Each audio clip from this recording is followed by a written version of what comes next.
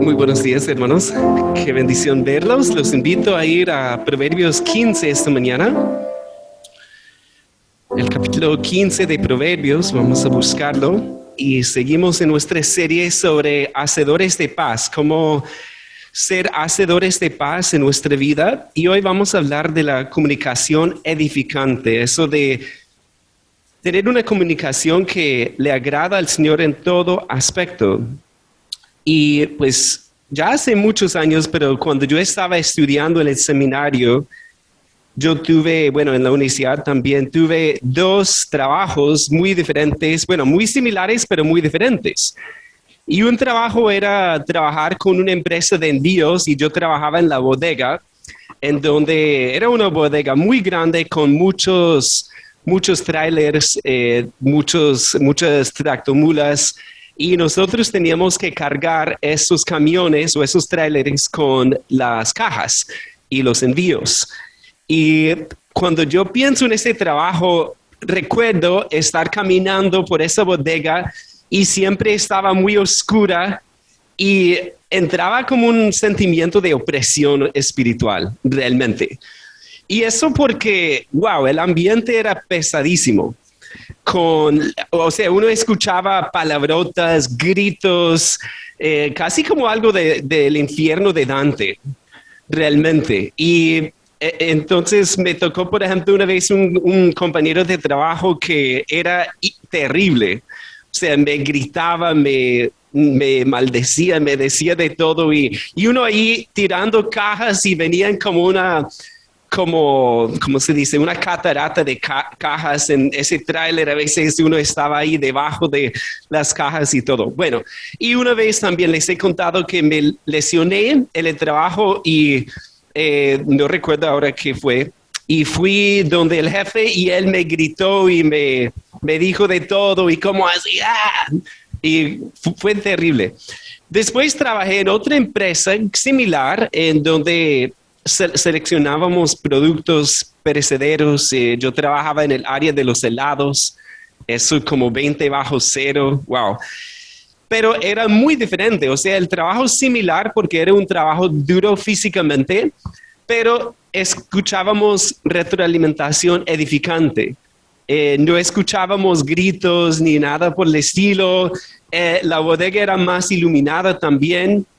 Y la primera semana también me lesioné con una máquina pesada que gracias al Señor todavía puedo ver la marca en la pierna, está ahí. Pero gracias al Señor, cuando fui para hablar con el jefe, estaba cojeando para llegar allá y él, oh, Jonathan, ¿qué te pasó? Oh, ¿qué hacemos? No, ten cuidado, no sé qué. Y yo dije, wow, es otro mundo.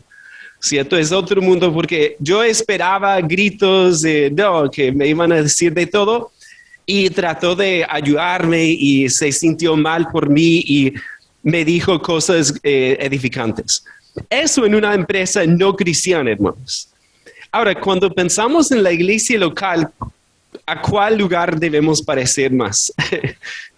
Obviamente debe ser mejor aún la iglesia local y en nuestros hogares también, que a veces uno entra al hogar de algunos y parece una zona de guerra, o a veces mi hogar también, ¿cierto? Y vamos a ver hoy cómo debe ser nuestra comunicación, que debe ser edificante. Recordemos un poco lo que hemos visto en esta serie. Hemos escuchado que el conflicto es una oportunidad, ¿cierto? Una oportunidad para glorificar a Dios, para agradar a Dios, para crecer. También vimos una prédica de Efesios 4, ese mismo capítulo, pero la primera parte de promover una cultura de paz en la iglesia, que hay unidad a través de Cristo por su Espíritu y debemos mantenerla. Hablamos en Santiago 4 de dónde nace el conflicto. ¿Recuerdan? El corazón, ¿cierto? Aquí nace y por eso sale.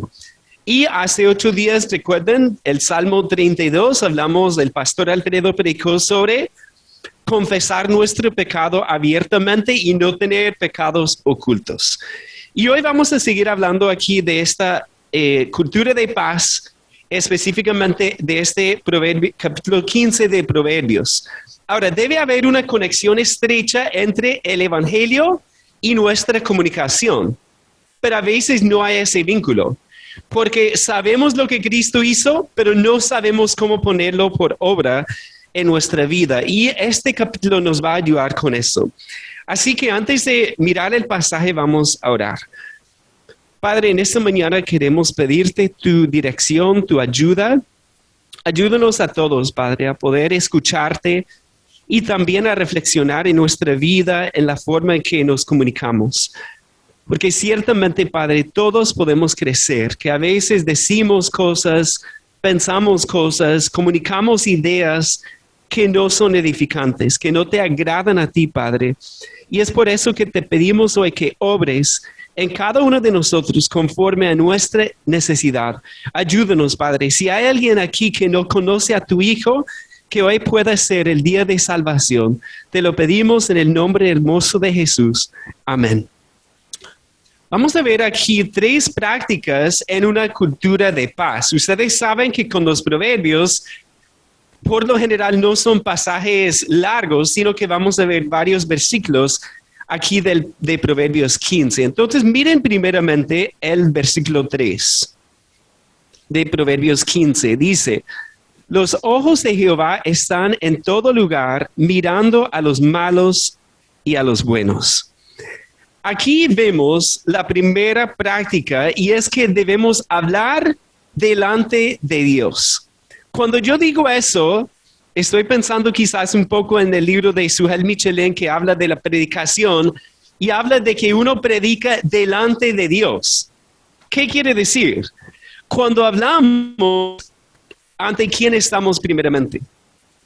Ante Dios, delante de Dios en todo momento, porque aquí dice que los ojos de Jehová están en todo lugar mirando. Y esa palabra mirando no es solamente una mirada rápida, sino que es una palabra de habla de que sus ojos están fijados en nosotros.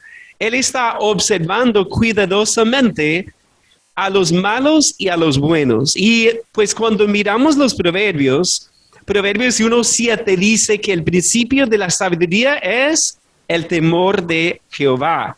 Entonces, el temor de Jehová habla de tener en mente su presencia en todo momento. Cuando estamos a solas, Él nos está viendo. Cuando estamos con nuestros vecinos, Él está ahí mirándonos. Cuando estamos con los hermanos de la iglesia también. Cuando estamos en todo lugar, Él está mirando atentamente a lo que nosotros estamos haciendo. Y pues cuando pensamos en eso, ¿cómo nos ayuda? Pues nos ayuda porque a veces estamos en cierto contexto en donde no prestamos atención a lo que estamos diciendo, ¿cierto? Por ejemplo, a veces llegamos a casa y ya como que nos relajamos y ya sale todo lo que hemos pensado y ya empezamos a decir cosas que quizás en el trabajo no diríamos, en la iglesia menos, pero en el lugar las decimos, ¿cierto? Porque decimos, no, pues no pasa nada, estoy aquí en mi casa o estoy aquí con mis amigos disfrutando de un rato y claro, a veces hablamos cosas que no son las más edificantes. Niños, hay varios niños aquí. Cuando tú le dices algo a tu hermanito o a tu hermanita, cuando tus papás no están ahí, o quizás a un amiguito, ¿sabes que Dios te está mirando? Debemos pensar en eso también y pensar niños, adolescentes, bueno, todos adultos también. Dios está ahí en todo momento. ¿Ustedes han visto en la troncal que pusieron una cámara o unas cámaras de fotodetección? ¿Han visto eso frente al terminal de transporte? Pues el otro día yo andaba en la moto y de repente todo el mundo va a 30 o menos. Cosa rarísima, ¿cierto? Yo pensé, ¿qué pasó aquí? Debe haber un accidente, una pelea, algo chévere. Y no, hay una pequeña cámara. O bueno, de hecho no he visto la cámara, pero dice que hay una cámara en algún lado. Entonces uno, al pasar por esa parte, ¿qué hace? Sí, porque les cuento, eso de recibir un comparendo electrónico es lo peor, hermanos. Me ha pasado, es terrible. Entonces, en eso, todo el mundo va a una velocidad lenta, ¿cierto? Y apenas pasan eso ya nuevamente a la locura, ¿cierto? A 80 o 100 o lo que sea. Pero, ¿por qué la gente frena tanto? Porque saben que alguien o algo, no sé, está mirándonos. Así debe ser el temor del Señor, que en todo momento debemos recordar, Él nos está mirando, Él nos está escuchando en todo momento y no podemos pensar, no, aquí Dios no me va a escuchar, porque sí, la palabra dice que podemos estar en el lugar más escondido y Él escucha todo lo que decimos. Es más, miren el 11. El Seol y el Abadón están delante de Jehová. Bueno, un comentario aquí. Cuando la palabra habla del Seol, es el lugar de los muertos. Y cuando habla de Abadón, pues viene del verbo en hebreo abad, que significa destruir. Entonces, Abadón es el lugar de destrucción. El Nuevo Testamento lo llamaría el infierno o el lago de fuego. Y miren lo que dice, el Seol y el Abadón están delante de Jehová, cuanto más los corazones de los hombres. No solamente está mirándonos Dios, sino que Él está mirando lo que está en nuestro corazón. Y como hemos visto, el conflicto nace aquí. Y las palabras hirientes, ¿de dónde nacen? Aquí en el corazón.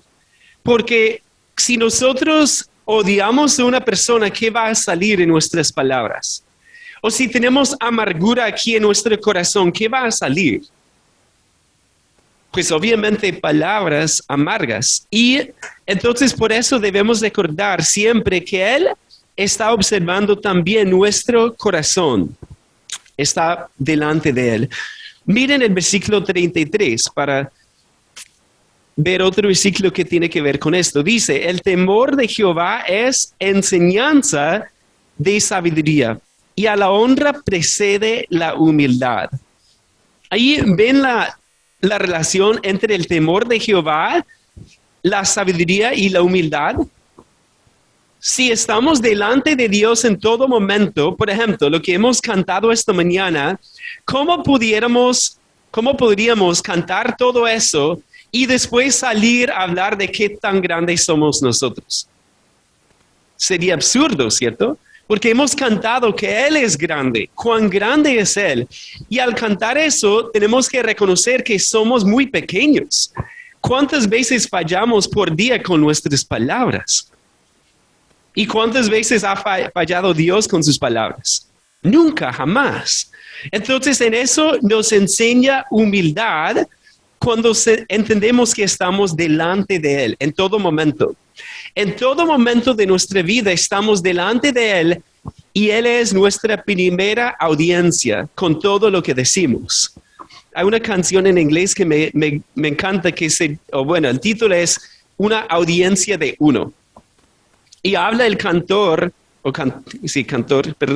el cantante, él habla de que su audiencia no son los seres humanos, sino es Dios. Igual, con nuestras palabras debemos tener en mente que estamos delante de Dios con todo lo que decimos en todo momento. Si queremos escaparnos de una situación con una mentira, ¿qué debemos recordar? Dios está viendo lo que está en nuestro corazón, está viendo esa mentira. Si queremos echar la culpa, ¿quién nos está viendo? ¿Quién está con nosotros? Pues Dios. Y yo pienso en Adán y Eva, lo que les faltó en el huerto de Edén fue el temor del Señor. Porque en ese momento de estar tentados, no pensaron nada en Dios. Escucharon a la serpiente y fueron tentados y cayeron en el pecado porque no tenían el temor de Jehová. También, si vamos a exhortar a un hermano, ¿quién es nuestra primera audiencia? Dios, ¿cierto? Porque a veces pensamos, no, yo quiero caerle bien y todo, pero debemos pensar, ¿qué quiere Dios que yo diga? Si queremos quejarnos, debemos recordar que Dios nos escucha. Y cuando no hay una cultura de paz en una iglesia local, es precisamente porque no tienen el temor del Señor en su corazón y no entienden que hablan delante de Dios. Y yo lo he visto en algunas iglesias, cuando no hay una cultura de paz, todo el mundo se ataca y hablan mal de los demás, chismosean, esparcen rumores, hablan mal y no piensan en Dios. No están no son conscientes de estar delante de Dios en todo momento. Si tememos a Dios, ese temor nos ayuda a entender que la única forma de tener una relación correcta con Él es por medio de la fe en su Hijo. Porque cuando pensamos en esta enseñanza de estar delante de Dios, ¿cómo podemos estar delante de Dios? ¿Cómo nos puede recibir Dios? Solamente a través de su Hijo, porque su Hijo es quien siempre se comunicó con palabras edificantes, siempre cumplió la ley de Dios y Él fue a esa cruz por nuestras palabras hirientes, por nuestros chismes, por las cosas que no le agradan a Él. Fue Cristo a esa cruz para morir por nosotros. Entonces, si entendemos el temor del Señor, debemos recibir la salvación en Cristo por la fe. Es la única forma de escaparnos de su juicio, porque Él ve todo lo que hemos hecho. Y algo tan espantoso en la Biblia es al final, cuando habla de ese gran trono blanco y dice que Dios va a sacar esos libros con nuestros hechos en ellos, si no hemos recibido a Cristo, y va a sacar los hechos de todo lo que hemos hecho, lo que hemos dicho, lo que no hemos dicho, lo que no hemos hecho, para juzgar a los que no han recibido a Cristo. Miremos la segunda práctica, el versículo 1. Y vamos a leer 3 versículos. La blanda respuesta quita la ira, mas la palabra áspera hace subir el furor. Miren el 18. El hombre iracundo promueve contiendas, mas el que tarda en airarse apacigua la rencilla. Y finalmente el 28. El corazón del justo piensa para responder, mas la boca de los impíos derrama malas cosas. La segunda práctica que debemos cultivar para tener una cultura de paz es que debemos controlar nuestras palabras. Y vemos aquí por lo menos 3 versículos que hablan de eso. Pero miren nuevamente, si tuviéramos que poner los 3 versículos en orden lógico, ¿cómo irían? El 1, el 18 y el 28. Yo les doy un segundo para mirarlos. ¿Cuál sería el orden lógico de esos 3? En el 1 habla de una blanda respuesta. En el 18 habla de tardar en airarse. Y en el 28 habla de un corazón que piensa o medita para responder. Pues lógicamente, si miramos esos 3, tenemos que comenzar con el 28. Miren el 28, el corazón del justo piensa para responder. Ahí la palabra pensar es la palabra meditar, que es la misma palabra del Salmo 1 cuando dice que el hombre bienaventurado el varón, que habla de ese hombre que medita de día y de noche en la ley de Jehová. Es la misma palabra. Entonces, el corazón del justo piensa o medita para responder, mas la boca de los impíos derrama, o ahí el verbo es barbujear. Si es como unas burbujas que salen de un líquido, salen así sin control.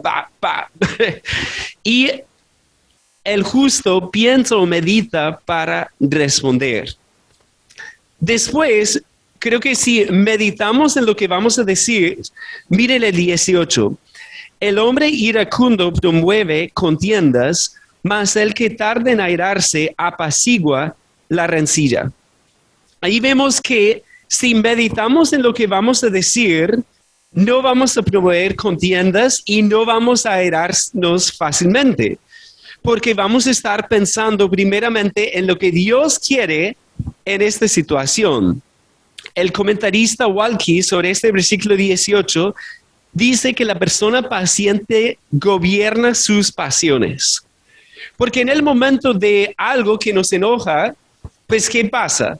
Las pasiones, los deseos surgen rápidamente y si no sabemos controlar esas pasiones, ¿qué va a pasar? Pues vamos a airarnos, vamos a enojarnos y vamos a promover contiendas, como habla ahí de un hombre iracundo. Y esto es como lo dice Santiago también, y yo creo que Santiago tenía este capítulo en mente cuando él hablaba en Santiago 1, 19 y 20. Y vamos a leer ese versículo todos juntos a una sola voz. Dice, por esto, mis amados hermanos, todo hombre sea pronto para oír, tardo para hablar, tardo para airarse, porque la ira del hombre no obra la justicia de Dios. Cuando nos llenamos de ira o de rabia, ¿por qué pasa eso? Pues a veces es porque queremos controlar la situación, ¿cierto?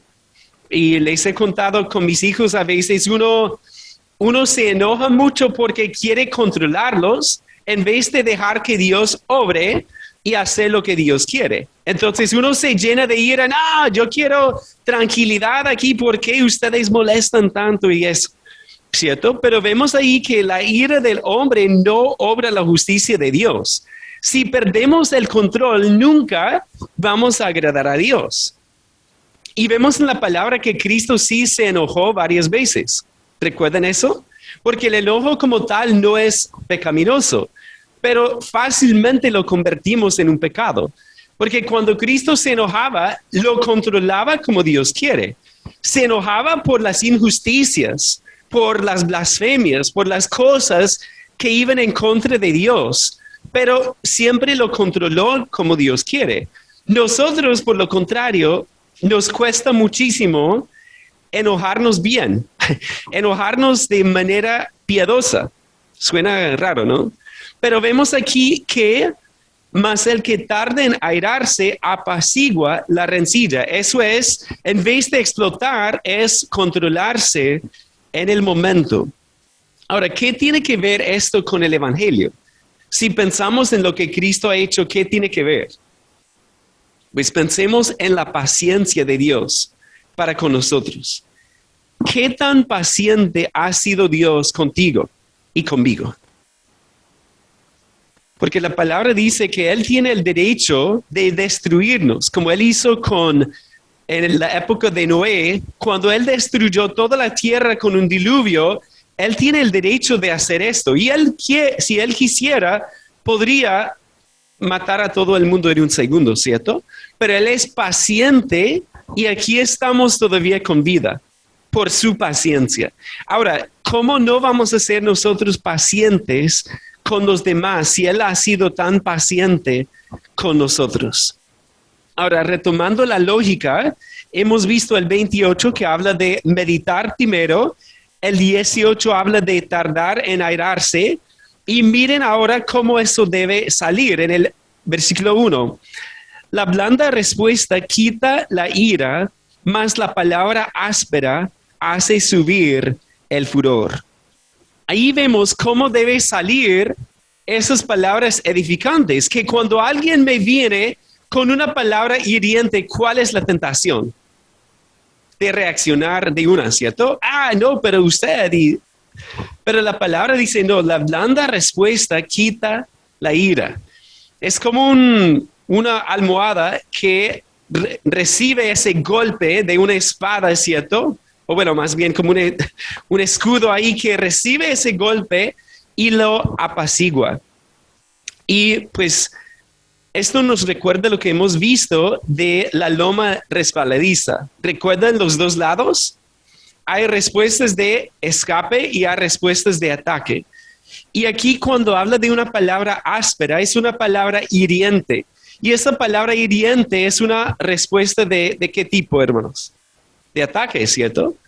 Pero una blanda respuesta sería una respuesta de paz. Porque cuando alguien nos quiere herir con sus palabras, ahí tenemos una decisión. ¿Le vamos a pagar con la misma moneda decirle algo, no, es que yo recuerdo lo que usted hizo ayer o anteayer o lo que usted es, en vez de responder con una blanda respuesta, una respuesta apacible, una respuesta de paz a ese ataque. Entonces no debemos usar respuestas de ataque, sino respuestas de paz. Y también eso nos recuerda lo que vimos en Efesios 4 cuando hablamos de 4 virtudes. ¿Recuerdan cuáles eran? La humildad, la mansedumbre, la paciencia y el amor. ¿Cómo podemos, hermanos, tener una respuesta blanda o apacible si no tenemos esas virtudes en nuestro corazón? No va a pasar, ¿cierto? Sino que va a salir lo que está aquí. Y es por eso que eso requiere trabajo de todos los días. Y es por eso que nadie ha llegado a tener una comunicación 100% edificante. Porque fallamos en esto. Pero ¿qué hacemos cuando no tenemos tiempo para meditar en lo que vamos a decir? Pues yo nunca he estado en un arte marcial. ¿Alguno aquí ha estado practicando algún arte marcial? ¿O nadie quiere admitirlo? Mis hijos, los 2 grandes, los pusimos en taekwondo no recuerdo cuánto tiempo fue, no tanto tiempo. Llegaron solamente al cinturón amarillo. Pero en el taekwondo, ¿ellos qué hacen? Pues cuando están pequeños así en esos cinturones blanco y amarillo, no pelean, sino que hacen prácticas y le dicen eso katas, que hacen katas, que es toda una rutina en donde el niño, o bueno, el adulto también, va haciendo ciertos movimientos imaginarios, ¿cierto? Entonces, ta, ta, ta, ta, ta, ta, ta. Bueno, y con los pies también, pero no lo voy a hacer. Entonces, yo pensaba que cuando van a bloquear un golpe, ellos practican eso mucho. ¿Y por qué lo practican? Porque en el momento de una pelea, ellos tienen que hacerlo como un instinto, sin pensar, uy, debo bloquear este puño. No, de una vez bloquean porque tienen eso ya como una práctica. En nuestra vida también, ¿saben qué? Que creo que el hogar es como un dojo, es un lugar de práctica de esto. Porque a veces uno llega de la calle, entra a un lugar de taekwondo verbal y ya están y uno ¿qué tiene que hacer? Bloquear de una vez, ¿cierto? El hijo te grita, la esposa te grita, el esposo te grita, el perro te ladra, el vecino, bueno, en eso ¿qué haces? Pues ahí bloqueamos ese golpe con una blanda respuesta. Y tenemos que practicar eso. ¿Y qué pasa? Pues fallamos. Yo creo que si pensamos en ayer, ¿cuántos fallamos ayer? Creo que todos, ¿verdad? En alguna forma, alguna palabra que no fue edificante. Alguna reacción de enojo, quizás perdimos el control. Y bueno, en mi casa es casi todos los días eso, pero veo que es un lugar en donde Dios nos ayuda a crecer. ¿Cierto? Y también en la iglesia, que nuevamente estamos aquí adorando a Dios, escuchando su palabra, pero también podemos caer en la misma trampa de decir cosas que no debemos. Entonces debemos también tener eso en mente. Una blanda respuesta quita la ira, más la palabra áspera hace subir el furor. Si quieren un ejercicio muy difícil, se lo voy a dar. Pide a las personas que te conocen que te den retroalimentación sobre cómo hablas. ¿Qué tal? Porque yo he visto, y esto algo con la pandemia, que a mí no me gusta verme en un video, y menos escucharme, ¿cierto? Pero cuando hablamos muchas veces no somos conscientes del tono, cómo estamos hablando, pero si hacemos eso y les preguntamos, ¿cómo hablo? Si uso respuestas blandas o si palabras hirientes, ¿cómo es mi tono? Porque, hermanos, hay también personas que parece que siempre están gritando. ¿cierto? Y yo sé que a veces el abanico suena muy duro, entonces, pero eso fastidia, ¿verdad? Porque uno debe tratar de controlar eso también. Yo entiendo la diferencia entre alzar la voz, por ejemplo, anoche si los vecinos estaban carnavaleando y uno trataba de hablar con la familia, no es fácil. Pero hay una diferencia entre gritar y hablar duro, ¿ok? Bien, miremos entonces la tercera práctica. Aquí vamos a leer el 31 y 32. El oído que escucha las amonestaciones de la vida entre los sabios morará. El que tiene en poco la disciplina menosprecia su alma, mas el que escucha la corrección tiene entendimiento. ¿De qué está hablando aquí el autor? Pues está hablando aquí de abrazar la corrección. Debemos abrazar la corrección. Y miren ahí las dos respuestas. El oído que escucha las amonestaciones de la vida. Es decir, cuando alguien nos corrige, si escuchamos bien y recibimos el consejo, ¿qué dice el versículo? Vamos a morar entre los sabios. Pero el que tiene en poco la disciplina menosprecia su alma, mas el que escucha la corrección tiene entendimiento. Entonces, en este capítulo vemos muchas veces la necesidad de abrazar la corrección.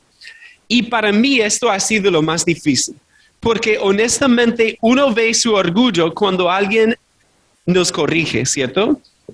En eso. Y es fácil, digo, entender la teoría de lo que leemos aquí. Claro, pastor, debemos recibir la corrección, debemos escuchar, debemos ser enseñables. Es fácil pues, afirmar esa teoría, pero en la práctica es donde nos cuesta muchísimo. Porque realmente en la práctica es en donde vamos a ver si estamos creciendo en sabiduría. Miren el 32, la segunda parte otra vez. Mas el que escucha la corrección, la Reina Valera aquí dice, tiene entendimiento, pero el verbo realmente es adquiere entendimiento. Es un verbo, no habla de lo que ya tenemos, sino lo que vamos a adquirir si escuchamos la corrección.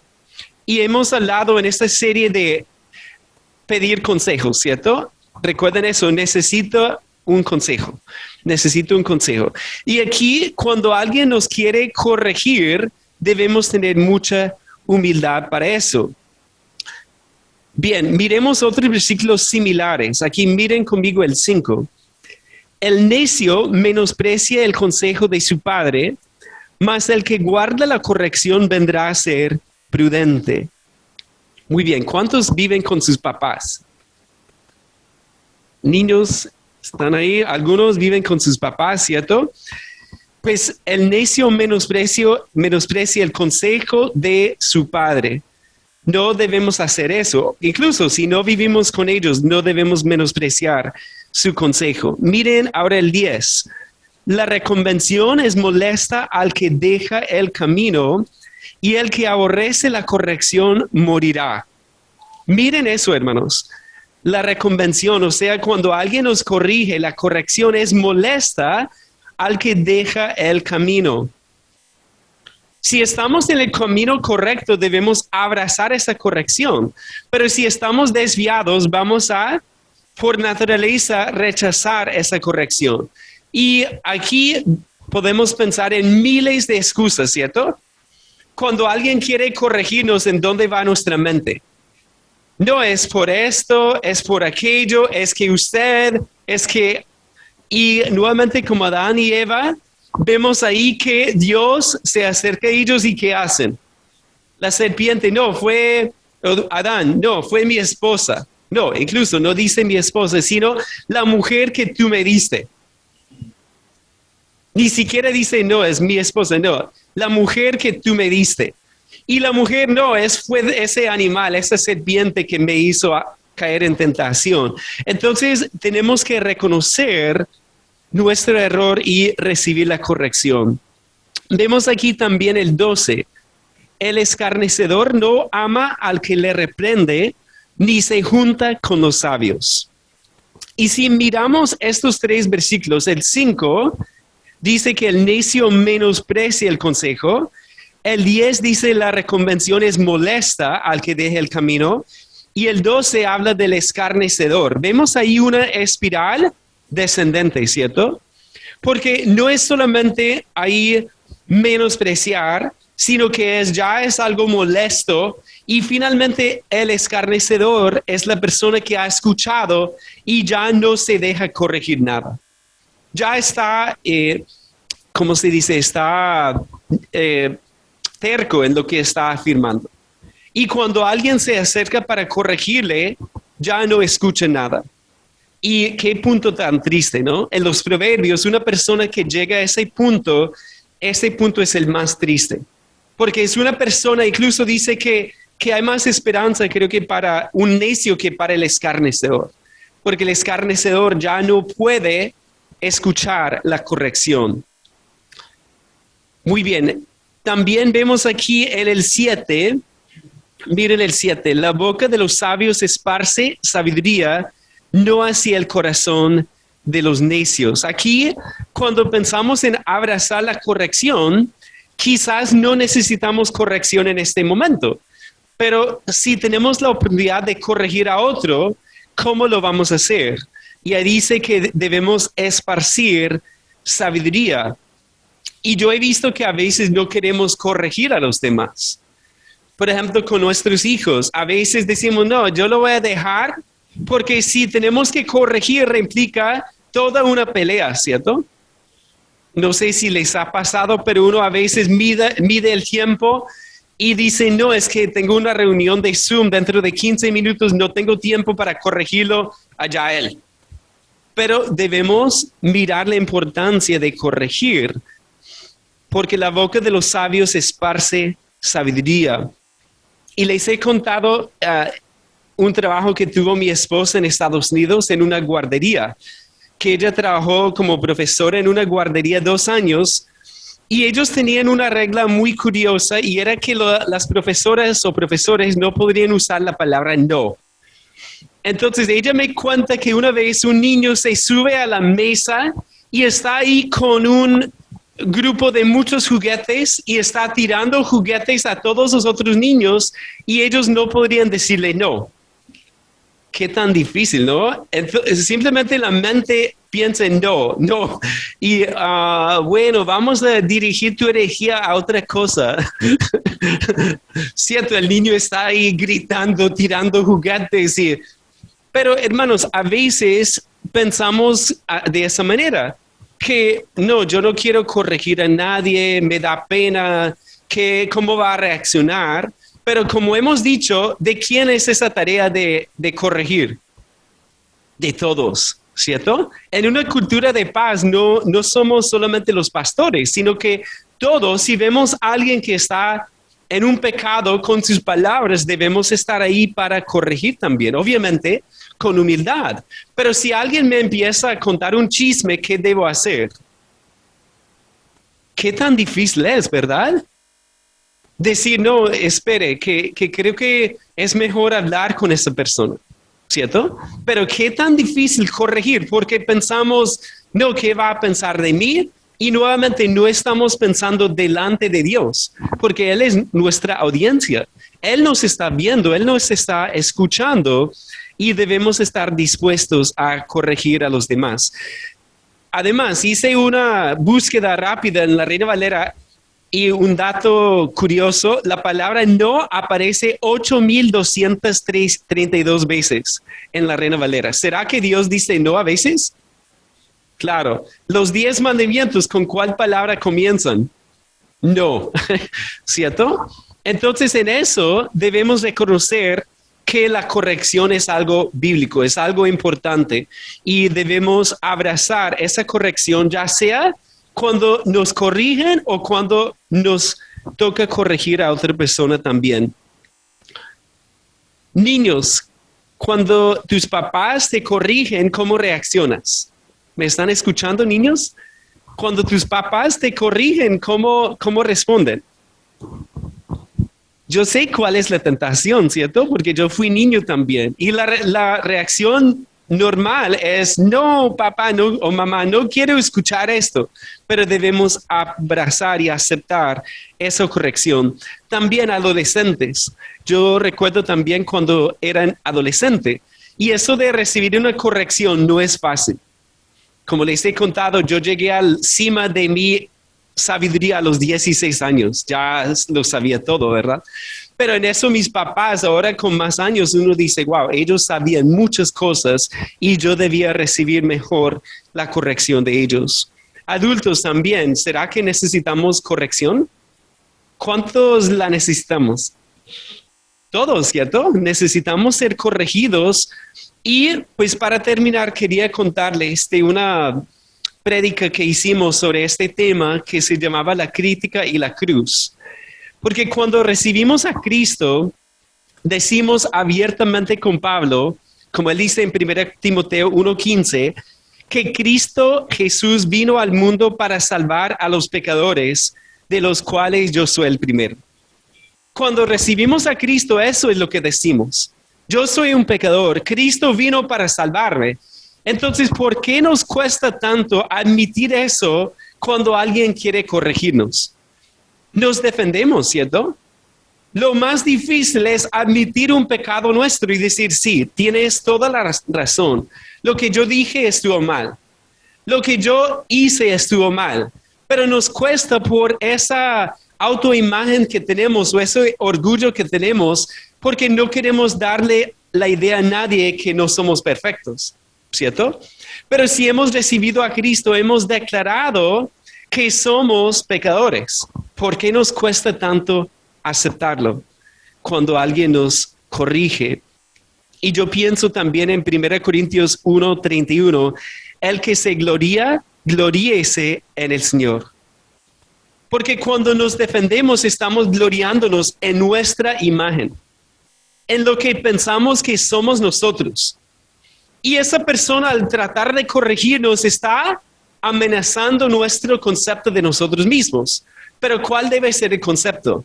Somos pecadores redimidos por la gracia del Señor. Entonces, claro, si alguien me ayuda a ver algo que no está bien en mi vida, debo abrazar eso.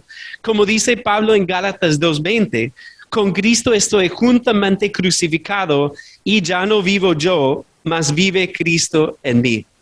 Eso significa que he muerto a mi pecado y ya alguien me puede hablar de mis pecados o de mis falencias o de mis dificultades de comunicación y yo no tengo que defenderme porque ¿quién me defendió? En esa cruz Cristo nos estaba defendiendo de la ira de Dios sobre esos pecados porque Él recibió la ira de Dios sobre sí mismo para aplacar esa ira, para que Dios nos pueda recibir y abrazar como sus hijos y seguir siendo justo Él. Amén. Es por eso que alguien nos puede corregir y no tenemos que defendernos, sino que podemos recibir y abrazar esa corrección porque Cristo murió por nosotros. Y hermanos, nunca podemos olvidar eso. Él murió por nuestros pecados y por lo tanto podemos abrazar la corrección. Hemos visto 3 prácticas de la comunicación edificante en una cultura de paz. ¿Cuáles eran?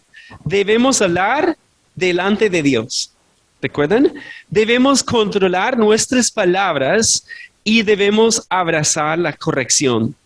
Si trabajamos en esto, Dios va a cambiarnos. Dios va a transformar esta comunidad para que sea cada vez más una comunidad de paz. Y quizás algunos están aquí y dicen, no, mi hogar es una zona de guerra. Pero ¿cómo empezamos a cambiar eso? Con lo que vemos acá, con el Evangelio y con lo que vemos acá, con el amor de Cristo y que Dios obre por su Espíritu para transformarnos. Porque Él no quiere que tu hogar sea una zona de guerra, sino que quiere que sea una cultura de paz, igual que en la iglesia. Voy a invitar al pastor Alfredo a venir para cerrar el servicio.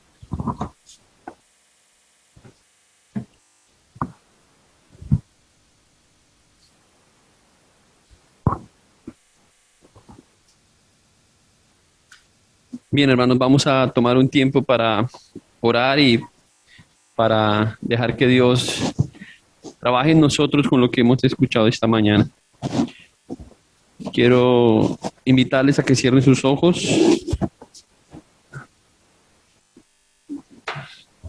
y pensemos un poco en esto, porque es posible que hayamos por mucho tiempo creado hábitos malos de comunicación o de mala comunicación y que pensemos que estamos bien,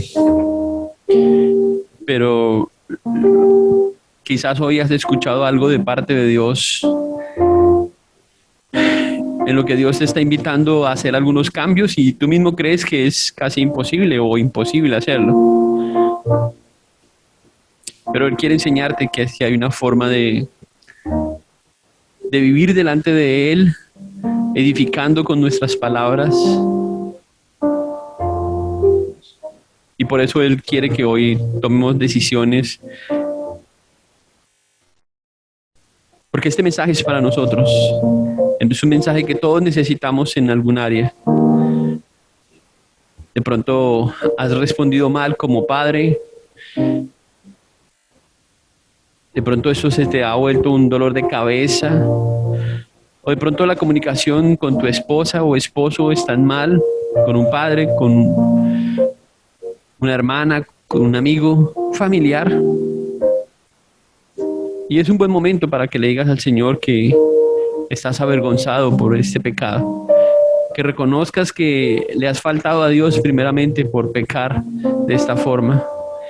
Y luego que humildemente le digas al Señor que te ayude porque quieres cambiar esto. Quieres renovar tu forma de hablar.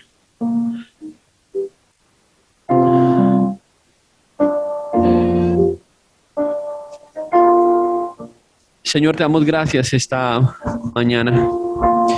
Hemos escuchado un mensaje, Señor, muy práctico acerca de cómo debe lucir nuestra vida cuando hemos dicho con nuestra boca, Señor, que creemos en tu Hijo Jesús.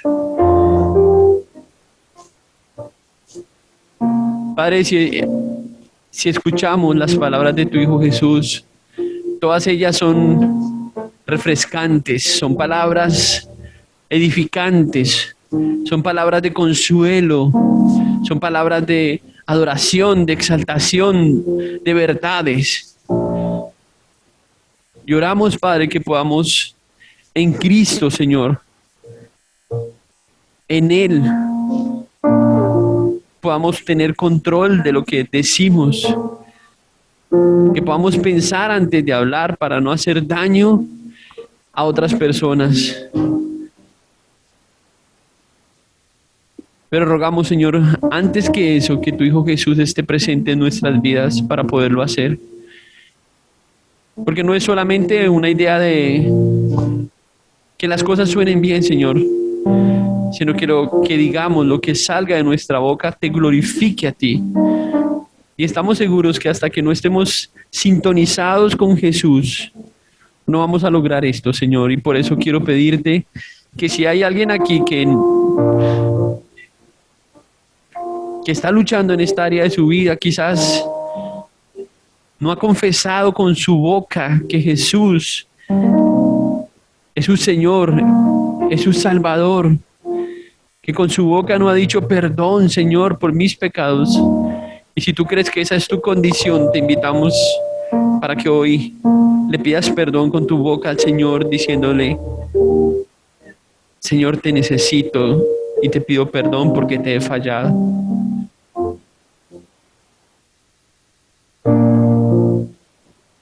Señor, que tu misericordia, tu perdón, Señor, en este momento, Señor, se haga evidente, se haga real en la vida de los que te invocan, Señor.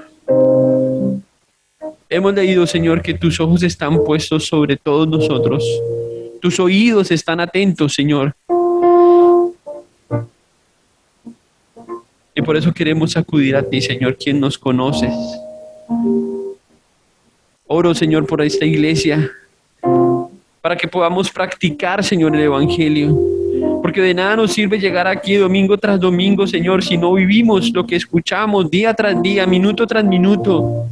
Si no tenemos la suficiente humildad para pedir perdón, reconocer que hemos fallado y vivir para ti, Señor. Gracias por tu palabra, Señor. Enséñanos cómo vivir en ella, cómo andar en ella, cómo honrarte a ti, Señor. Cómo ser verdaderos discípulos, Señor, que viven tu palabra, Señor. Te damos gracias esta mañana y oramos en el nombre de Jesús. Amén.